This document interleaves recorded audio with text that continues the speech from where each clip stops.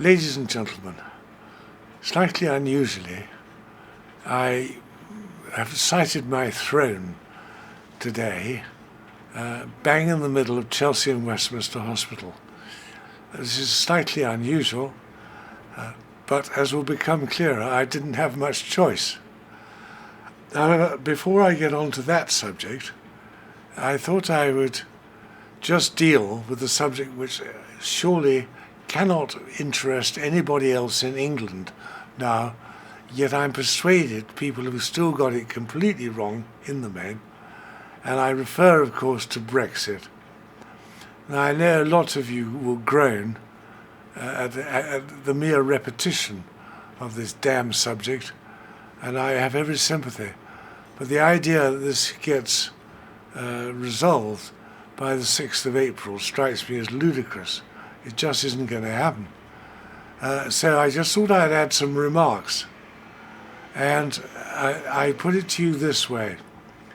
I am, as readers will know, a solid Brexiteer, simply because only a very foolish people elects to hand even a tiny fraction of its government over to others, rather than attending to this procedure themselves. And I'm amazed that the youth of today are so keen on being Remainers. They haven't thought it through, and with time they will, and I trust they'll send me a letter of apology. Anyway, I'm not very optimistic on that, to judge by the look on the face of the cameraman. They don't look to me as much given to apology. Anyway, that's neither here nor there. As I speak, a day or two before the Grand National, where I regret that I have no particular advice, because I don't know what the going is, I don't know what the weather is, and I have had no Gallup's reports at all. And also the market is thin. It's quite impossible to put £5,000 to win on a horse in the Grand National nowadays without changing the odds. And so habits which I have cheerfully adopted in the past will simply have to go unsatiated. However, the fact is that that's the explanation for the non-delivery at this stage of advice. Anyway, turning back to the subject in matter, what my mother used to say, revenons à nos moutons. Cameraman, is that clear to you? No, you don't have any view about French at all? None at all. Well, if you say you've got no view about the French, I can tell you any old rot, as long as it's in French.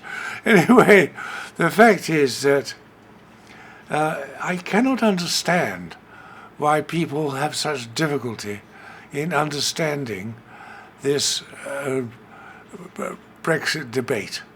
And I just want to drop one or two points into the minds of listeners and viewers so that they can understand why I, now 72 years old, am extremely frustrated at how badly this matter has been handled in the House of Commons. The first point to make is that the Continentals, as I refer to the EU, the Continentals are cowards. I don't wish to be abusive. It's just that if someone goes boo, they'll run off.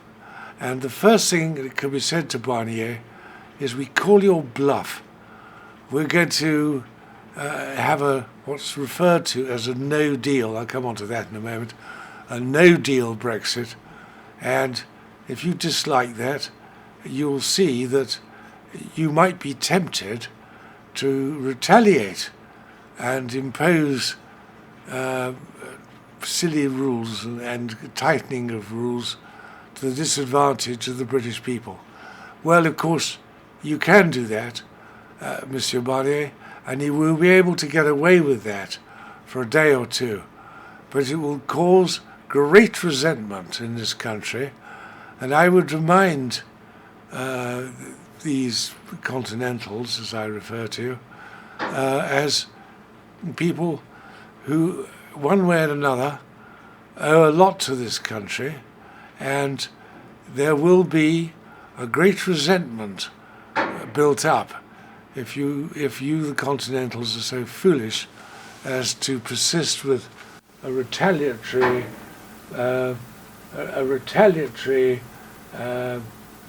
administrative system. So I'm in the belief that you won't do that, unless you're quite astoundingly stupid. In the belief that you won't do that, you won't do it because there's no reason for you to do it. So we come on to the next point, and that is that you will see or hear in the House of Commons, day after day, people referring to a no-deal Brexit, as if they know what one is. I would just stress to these silly people that there already is a deal done where there are no special terms arrived at on the cessation of membership of the EU. That should, of course, have happened on the 29th of March.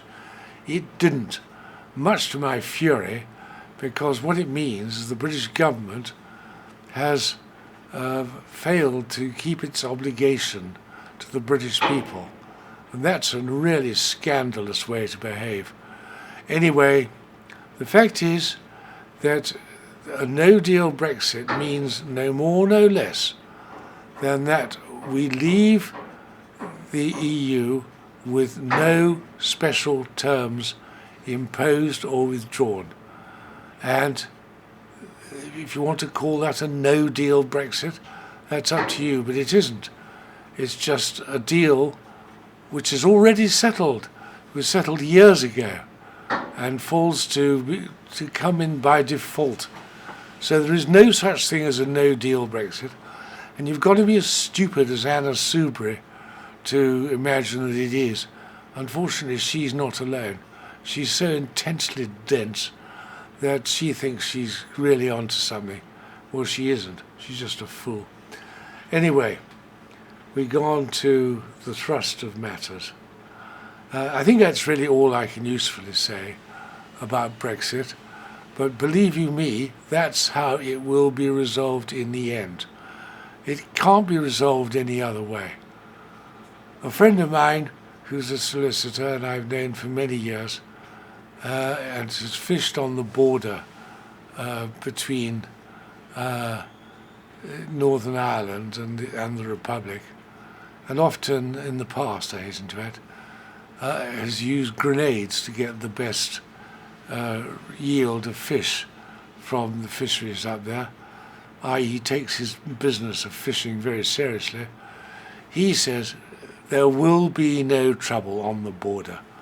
Well, I don't see any reason why that shouldn't be so, and I trust his judgment and local knowledge. So all that matters really is that how do you classify this backstop provision? And the answer to that is there's no need to bother. I would just remind people that the Catholics in Northern Ireland breed more quickly by some margin than the Protestants. And that is the natural way power will move, simply through the power of the ballot box. So anybody who goes in for bombing, like the new provisional IRA or whatever they choose to call themselves, these people are completely immoral, because whatever it is they want, they're going to have anyway. And I think they're just trying to pep things up by throwing bombs around at the moment. So anyway, I'm very optimistic there, because I can't see any advantage in anyone not taking into account the points I have there raised. It should be added that I've been talking copiously about the NHS in practice, for which, as listeners and viewers will know, I'm extremely grateful.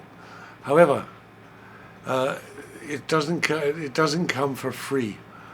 As to what the cost of my personal treatment has been this last 3 or 4 months, I really don't know. But it can't be cheap. I certainly suspect it's of the order of £100,000. And I can quite understand why people say that that's really quite a lot of money. And I would say, in my defence, if I can put it that way, that there is this figure that constantly pops up in all the settlements with the EU of £39 billion. Astonishingly, no analysis of £39 billion has emerged. Some say that the true cost to this country of, for instance, paying pensions after retirement of EU staff is of the order of £8 or £9 billion, and the rest is just a pourboire, just to keep the continentals happy. Well, if that is the case, all I can say is that just cannot be right. It's just spending money to no effect. And what irritates me is there has been no analysis issued to the public of this 39 billion. And I'm amazed that people have not shouted out really loudly long ago that this is a scandal. Anyway, it's done now. Anyway, turning elsewhere, I just want to make some notes about stocks. Last year, I blundered hugely over Tesla, ticker code TSLA, which astonishingly still stands at $258. Or there's more than that. It's 278, isn't it? I beg your pardon. Yeah, it doesn't matter. It's a figure which bears no resemblance to possibility. And I'm not interested in my friend Andrew Left of Citron, who says that this figure is understandable, because to take that view, you've got to take the view that Tesla is going to be making cars at a profit 5 years from now. Well, it might or it might not, but it seems to me much more likely that the profits will be derisory, or that there'll be no profits at all. So I have no idea what got into Andrew's head to cause him to reverse his original opinion on Tesla. So I know that I and Jim Mellon are still bearish on Tesla, and certainly I, for one, am going to stay that way, since it is not right that a share can be so highly valued. Sooner or later it'll split apart. I was going to cover Pantheon, ticker code PANR, on AIM today, but I turned down the opportunity because they've had another dud drilling result in the last 24 hours. And I'm sorry to say that I don't want to get involved in this stock right now. Family Cawkwell has still got a large number of Pantheon. I don't know, it's several 100,000. When I think they got up to £1.80, and now they stand at a pitiful 20. It just shows how one can make a dreadful mistake. But although I'm not selling Pantheon here, I'm not going to buy any more. So that deals with Pantheon. Finally, and some will say, well, we've heard all this before, but I still haven't changed my mind. That is, there must be a case for buying Caribbean investment holdings, which are quoted on AIM, ticker code CIHL. You can buy them at around 16 or 17. You can't buy many. Probably, I suppose, you might buy 20,000 at most. but I just don't see how these shares can be worth anything less than at least double the current price. Now, the guy who's controlling this is Lord Ashcroft, whom some of you will know had a big career in business 30, 40 years ago, and now just swans round the Atlantic in some vast powerboat, and he controls CIHL, as he does one or two other features of his portfolio out there, including Midway Securities and his private investments. He used to control what was known as the Bank of Belize, because Michael Ashcroft was in charge of it, and then the whole thing got changed around and broken up. And there's Waterloo Securities, which I see no point in going over, because Waterloo strikes me as an entirely separate affair. When I last heard, there was a buyer in the market paying 30 pence for stock. Well, he won't get any there. I think the fair price for Waterloo is much more like 100 pence.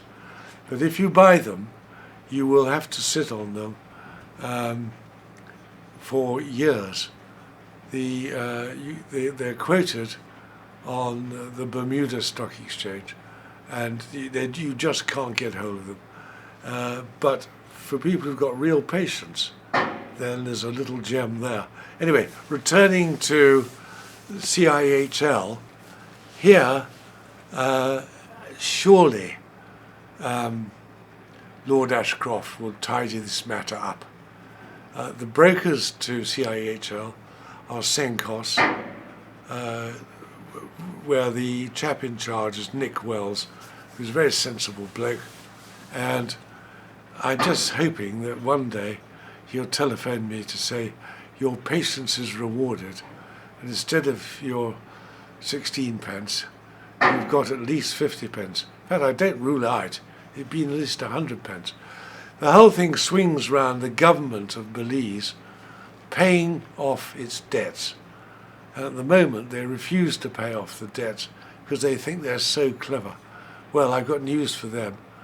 If they try to raise money in bond markets internationally to refinance, they won't get a penny from the market at all.